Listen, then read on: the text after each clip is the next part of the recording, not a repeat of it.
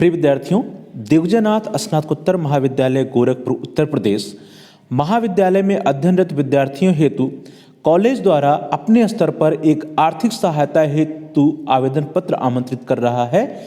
यह आर्थिक सहायता विद्यार्थियों को महाविद्यालय अपने स्तर पर प्रदान करेगी। इस आर्थिक सहायता को प्राप्त करने हेतु विद्यार्थियों को आवेदन करना होगा और आवेदन की जो अंतिम तिथि निर्धारित है वह है 31 जनवरी 2023।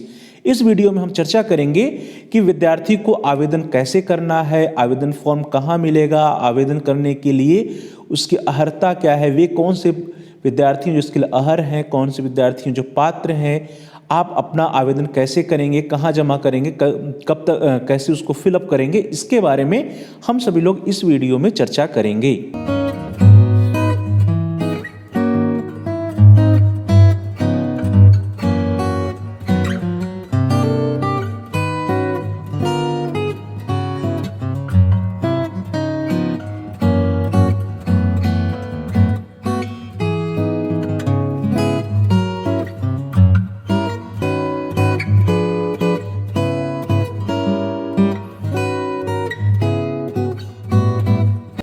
सत्र 2022-2023 में जो विद्यार्थी महाविद्यालय में अध्ययनरत हैं, ऐसे विद्यार्थियों के लिए महाविद्यालय अपने स्तर पर कॉलेज द्वारा आर्थिक सहायता हेतु आवेदन पत्र आमंत्रित कर रहा है और आवेदन की अंतिम तिथि जो है वह 31 जनवरी 2023 निर्धारित है।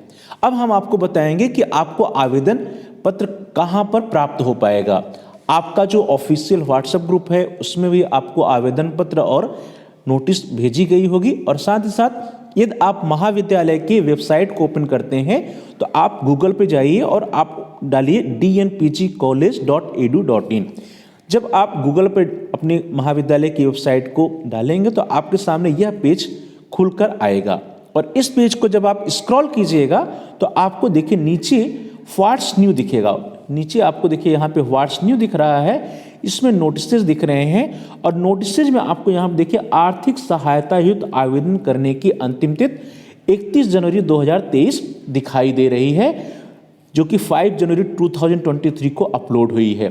जब इस पर आप क्लिक करेंगे तो आपको सारे विवरण मिल जाएंगे, आपको सारे नोटिस मिल जाएंगे। इस लिंक पर क्लिक करते ही तो आपको सबसे पहले महाविद्यालय की वेबसाइट dnpgcollege.edu.in ओपन करना है, उसमें व्हाट्स न्यू नोटिसेस के लिंक को ओपन करना है और वहां पर आपको आर्थिक सहायता हेतु आवेदन करने की अंतिम तिथि 31 जनवरी 2023 के नाम से लिंक मिलेगा। उस पर आप क्लिक करेंगे तो आपको सारे डिटेल्स मिल जाएंगे, आपको आवश्यक सूचना मिल जाएगी। अब हम बात करेंगे कि इस आवेदन को भरने के लिए कौन से विद्यार्थी पात्र हैं, अर्हता क्या है। तो सबसे पहले अर्हता की बात की जाए तो वे विद्यार्थी जो महाविद्यालय में सत्र 2022-23 में नियमित रूप से अध्ययनरत हैं, वे विद्यार्थी पात्र हैं। अर्थात महाविद्यालय का सत्र 2022-23 का वह नियमित विद्यार्थी हो। दूसरी जो शर्त है वह यह हो कि वह या तो BA प्रथम, द्वितीय या तृतीय वर्ष का विद्यार्थी हो या फिर वह BSc बायो ग्रुप का विद्यार्थी हो। BSc बायो ग्रुप में भी वह फर्स्ट ईयर का हो सकता है, सेकेंड ईयर का हो सकता है या थर्ड ईयर का विद्यार्थी हो। इसी तरह से वह MA प्राचीन इतिहास का विद्यार्थी हो सकता है और MA प्राचीन इतिहास में वह MA प्रीवियस का हो सकता है या MA फाइनल ईयर का हो सकता है, मीन्स MA प्रथम वर्ष का हो या MA द्वितीय वर्ष का हो। और जो तीसरी पात्रता है वह यह है कि जो भी विद्यार्थी हो उसकी या उसके माता पिता या उसके परिवार की जो वार्षिक आय है वह 2 लाख रुपए से अधिक ना हो।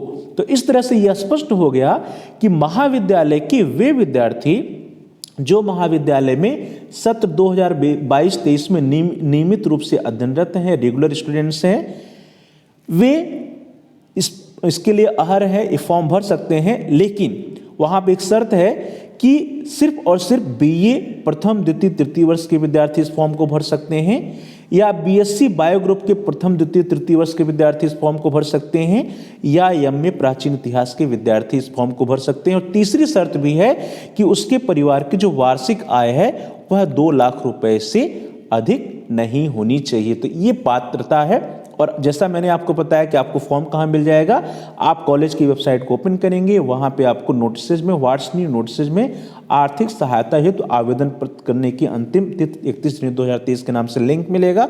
उस पर आप क्लिक करेंगे तो आपके सामने सारी सूचनाएं आ जाएंगी। वे सूचनाएं क्या है उसके बारे में हम चर्चा कर लेते हैं।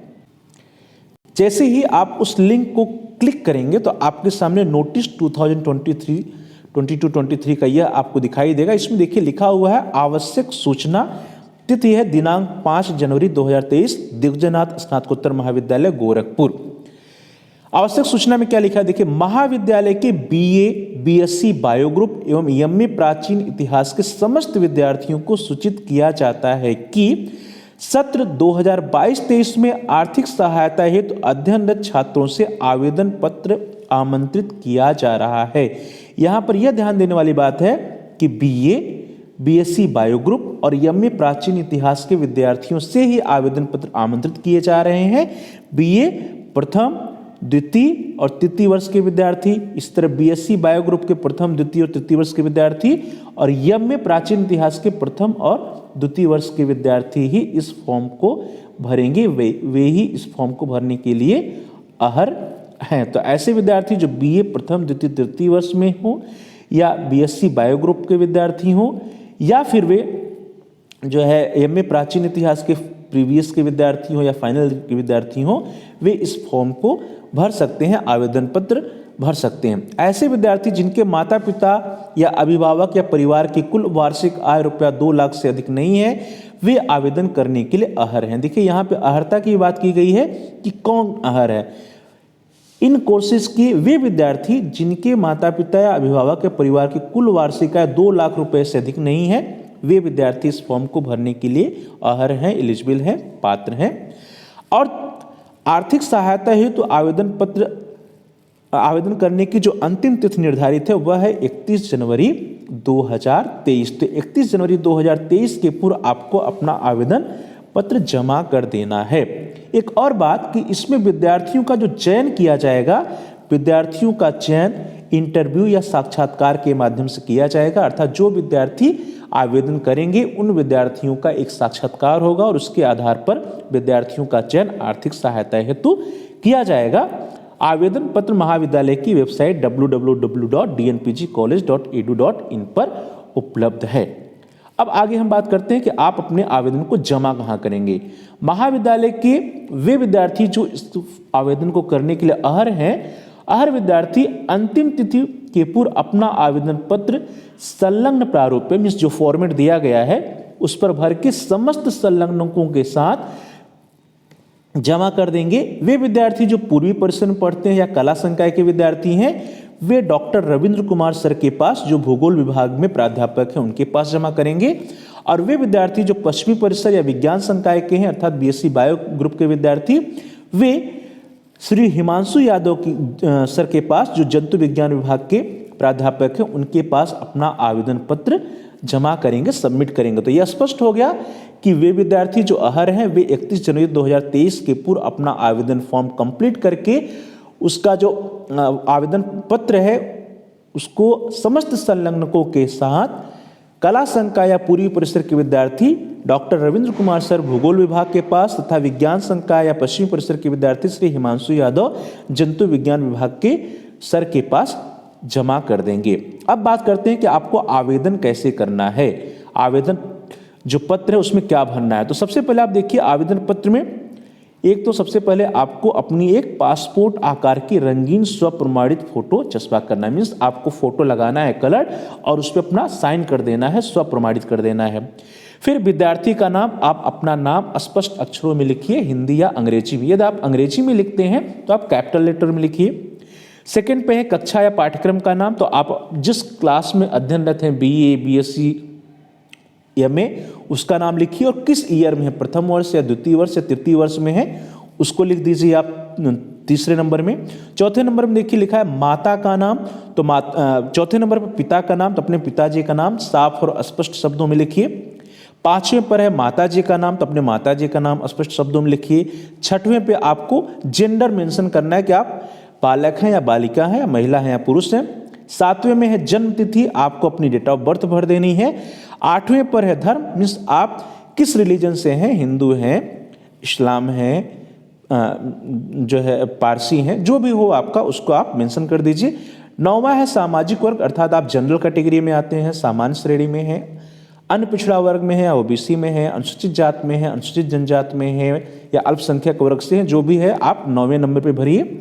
10वें पे आपकी जात या उपजात क्या है, जो जैसे मान लीजिए कि आप सामान्य वर्ग में हैं तो आप किस जात से हैं, आप अन्य पिछड़ा वर्ग में हैं तो आप किस जात से हैं, उसको यहाँ पर मेंशन कर देना है 10वें नंबर पे। 11वें नंबर पे आपको अपना मोबाइल नंबर भरना है, वह मोबाइल नंबर होना चाहिए जो कि चल रहा हो, जो चालू हो, जिस पर हम आपसे कांटेक्ट कर सकें। 12वें नंबर पे आपको अपना ईमेल आईडी भर देना है। 13वें नंबर पे जो कॉलेज का अकाउंट नंबर है या कॉलेज का अकाउंट संख्या है उसको भर देना है। 14वें पे आधार संख्या आपको अपनी भरनी है। और उसके उपरांत 15 नंबर पे देखिए आपको अपना शैक्षिक योग्यता मेंशन करना है। और शैक्षिक योग्यता में आप देखेंगे सबसे पहला कॉलम जो है वो हाई स्कूल का है, तो हाई स्कूल में आप अपना विषय भरेंगे, फिर आपने किस वर्ष में उत्तीर्ण किया उससे भरेंगे, हाई स्कूल का जो पूर्णांक था उसको भरेंगे, कितना नंबर आपने प्राप्त किया उससे भरेंगे, देन प्रतिशत भरेंगे, परसेंटेज, और उसके बाद बोर्ड या विश्वविद्यालय, आप यूपी बोर्ड से थे, सीबीएसई बोर्ड थे, आईसीएसई बोर्ड से थे या फिर जिस भी बोर्ड से थे उसको भर देना है। इसी तरह इंटरमीडिएट। और उसके उपरांत आप देखेंगे यहाँ पे जो खाने दिए गए हैं, थर्ड में आप बीए अगर प्रथम वर्ष में है, द्वितीय वर्ष में है, तृतीय वर्ष जिसमें भी हो तो आप BA first, BA second, BA third भर दीजिए, BSc first, BSc second, BSc third भर दीजिए, एमए फर्स्ट या एमए सेकंड जो भी उसको भर देना है। सारी डिटेल्स आपको भर देने हैं और भरने के बाद उसका विषय भर देना है, आप किस वर्ष आपने उत्तीर्ण किया उससे भरना है, पूर्णांक कितना था उसे भरना है, कितना नंबर आपने प्राप्त किया, कितना परसेंटेज हुआ और किस विश्वविद्यालय से आपने या किस बोर्ड से आपने पास किया उसको आपको 15वें नंबर पे अपनी समस्त शैक्षिक योग्यता को भर देना है। देन 16 नंबर पे आपका परमानेंट एड्रेस क्या है, आवासीय स्थायी पता क्या है उसे भर दीजिए। 17 नंबर पर पत्र व्यवहार का पता आपको भरना है, ध्यान रहे कि पता में आप पिन कोड अवश्य भरेंगे। 18 नंबर पर दिव्यांगता का प्रकार, यदि आप दिव्यांग हैं तो आप लिखिए कि आप किस प्रकार या किस प्रकार के दिव्यांग हैं, आपका दिव्यांगता का प्रतिशत कितना है, और उसके उपरांत जो आपका दिव्यांगता प्रमाण पत्र बना हुआ उस प्रमाण पत्र की संख्या क्या है, दिव्यांग प्रमाण पत्र आवेदन संख्या क्या है, दिव्यांग प्रमाण पत्र जारी करने की तिथि क्या है उसे भर देना है।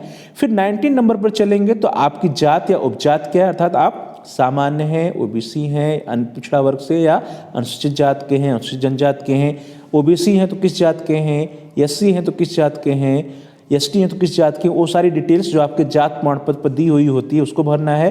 जात प्रमाण पत्र जारी करने की तिथि भर देनी है, जात प्रमाण पत्र क्रमांक भरना है, जात प्रमाण पत्र आवेदन फॉर्म संख्या भर देनी है।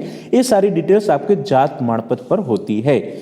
फिर 20 नंबर पे आपको आय का विवरण देना है कि परिवार के सभी स्रोतों से आपकी वार्षिक आय कितने रुपए है, वो आपके आय प्रमाण पत्र पर लिखा होगा। आय प्रमाण पत्र जारी करने की तिथि क्या है, आय प्रमाण पत्र आवेदन फॉर्म संख्या भरनी है, आय प्रमाण पत्र का क्रमांक भरना है। ध्यान देना है कि आपको अपने परिवार के सभी स्रोतों से जो वार्षिक आय होती है, एनुअल इनकम है, उसको यहाँ पर मेंशन करना है। उसके उपरांत 21 नंबर आप देखेंगे, आपको अपने बैंक का नाम लिखना है, जहां पर आपका बैंक अकाउंट हो, खाता हो, किस जनपद में वो बैंक अकाउंट उसको भर देना है, उस बैंक के किस ब्रांच में, अर्थात ब्रांच का नाम भरना है, विद्यार्थी का बैंक खाता संख्या जो उसको आपको भर देना है, उस आपका जो ब्रांच है उसका आईएफएससी कोड क्या है, आईएफएस कोड उसको भर देना है, और आपका जो बैंक पासबुक पे आपका जो नाम है मेंशन, जो अंकित नाम है, लिखा हुआ नाम है, उसको साफ साफ स्पष्ट शब्दों में यहाँ पे भर देना है 21 में। देन 22 की बात करें तो वर्तमान पाठ्यक्रम का वार्षिक शुल्क, जो आपने फीस जमा की है वो कितना फीस जमा है किया है आपने उसको भरना है, और जो फीस रसीद पर डेट होगी शुल्क जमा करने की तिथि उसको भी यहाँ पर आपको मेंशन कर देना है। उसके उपरांत यदि आपने उत्तर प्रदेश सरकार द्वारा या भारत सरकार द्वारा संचालित छात्रवृत्ति हेतु तो आवेदन किया है इस सत्र में, सत्र 2022-23 में, तो यहाँ पे लिख दीजिए हाँ, यदि हाँ तो विवरण देना है और उसका आपको रजिस्ट्रेशन संख्या लिख देना है यदि आपने कोई आवेदन किया है, और नहीं आवेदन किया है तो आप लिख देंगे नहीं। और उसके उपरांत आप देखिए यहाँ पर शपथ पत्र है, शपथ पत्र में लिखा है कि मैं यह घोषणा करती हूं कि उपरोक्त प्रविष्टियां सूचनाएं सही हैं व मेरे द्वारा ही भरी गई हैं। मुझे किन्हीं अन्य स्रोत से दूसरी छात्रवृत्ति प्राप्त नहीं हो रही है तथा मैं कहीं भी सेवारत नहीं हूँ। मेरी व मेरे माता पिता तथा अभिभावक की कुल वार्षिक आय रुपया 2 लाख से कम है, अर्थात आपका एनुअल इनकम आपके परिवार का 2 लाख से कम होना चाहिए। मेरे माता पिता द्वारा आयकर विभाग में वार्षिक विवरणी दाखिल नहीं किया गया है, अर्थात इनकम टैक्स रिटर्न पेरेंट्स नहीं भरते हैं। मैंने इस संस्था के अतिरिक्त वर्तमान शिक्षा सत्र में अन्यत्र कहीं प्रवेश नहीं लिया है। आपका एडमिशन इसके अलावा अन्य किसी इंस्टीट्यूशन में नहीं है। मैं संस्थान के शैक्षिक निर्देशों व छात्रवृत्ति वसूल प्रतिपूर्ति हेतु निर्धारित जो न्यूनतम उपस्थिति 75% है उसका पालन मैं करूंगा, अर्थात आपकी अटेंडेंस 75% हो। आगे लिखा गया है कि आवेदन पत्र में दी गई कोई भी सूचना व संलग्न जाति व आय प्रमाण पत्र के साथ साथ यदि मेरे माता पिता की वार्षिक आय रुपया 2 लाख से अधिक होगी व अन्य अभिलेख गलत पाए जाएंगे तो छात्रवृत्ति वसूल प्रतिपूर्ति की धनराशि वार्षिक ब्याज सहित वापस कर दूंगी। यदि ऐसा करने में असफल होता हूं तो कॉलेज या विभाग मुझसे प्राप्त धनराशि राजस्व देयों की भांति वसूल करने हेतु मेरे विरुद्ध विधिक कार्रवाई कर सकते, अर्थात जो भी आपने सूचनाएं भरी हैं यदि वो गलत है तो आपके खिलाफ कानूनी कार्रवाई भी की जा सकती है। उसके उपरांत आप जिस डेट को फॉर्म भरेंगे वो डेट डाल देना है। स्थान में गोरखपुर आप लिख सकते हैं। फिर आपको अपने माता पिता के हस्ताक्षर करा लेने हैं या उनका अंगूठे का निशान लगवा लेना है। अगर माता पिता नहीं है तो गार्जियन का सिग्नेचर कराना है और उसके बगल में आप देखिए यहाँ पे छात्र छात्रा के हस्ताक्षर मीन्स आपको अपना हस्ताक्षर कर देना है। और उसके जो संलग्नक लगाने हैं उसको देख लीजिए आप। आपको वर्तमान कक्षा या पाठ्यक्रम की जो प्रवेश की शुल्क रसीद अर्थात फी रिसिप्ट उसको लगाना है। आधार कार्ड की छायाप्रति लगा देनी है। कॉलेज परिचय पत्र की छायाप्रति लगा देनी है। शैक्षिक योग्यता संबंधित समस्त प्रमाण पत्र अर्थात हाई स्कूल से लेकर के वर्तमान कक्षा मीन्स हाई स्कूल लगाना है, इंटरमीडिएट लगाना है आपको, BA BSc जो भी क्लास में है जिस क्लास में उसके पूर्व की सभी कुछ सारे मार्कशीट और सर्टिफिकेट लगा देने हैं। जात प्रमाण पत्र की छायाप्रति लगानी है। आय प्रमाण पत्र की छायाप्रति लगानी है। बैंक पासबुक की छायाप्रति लगानी है और बैंक पासबुक की जो आप छायाप्रति लगाएंगे उसमें आपका नाम, आपका खाता संख्या, IFSC कोड स्पष्ट रूप में दिखाई देना चाहिए। और साथ ही यदि आपने उत्तर प्रदेश सरकार या भारत सरकार द्वारा संचालित छात्रवृत्ति हेतु आवेदन किया है तो आवेदन पत्र की छायाप्रति भी आपको संलग्नक में लगानी है। तो इतना सब कुछ आपको आवेदन पत्र में भरना है। तो इस तरह से स्पष्ट हो गया कि आपको आवेदन पत्र कैसे भरना है और आवेदन करने के लिए कौन कौन से विद्यार्थी पात्र हैं।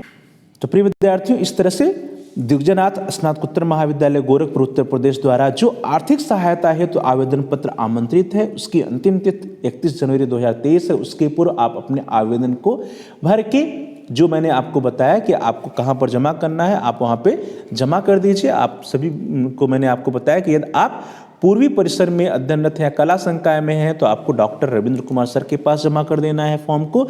और यदि आप जो है पश्चिमी परिसर या विज्ञान संकाय के विद्यार्थी हैं तो आपको श्री हिमांशु यादव सर के पास अपने आवेदन पत्र को अंतिम तिथि के पूर्व जमा कर देना है। तो प्रिय विद्यार्थियों, आप जल्दी से आवेदन को भरिए, वेबसाइट पर जाइए, आवेदन पत्र को डाउनलोड कर लीजिए, वहां से आप आवेदन को भरिए और अंतिम तिथि के पूर्व समस्त संलग्नकों के साथ अपना आवेदन संबंधित शिक्षक को या सर को जमा कर दीजिए। आपका बहुत बहुत धन्यवाद। Thanks for watching. Thanks to all of you.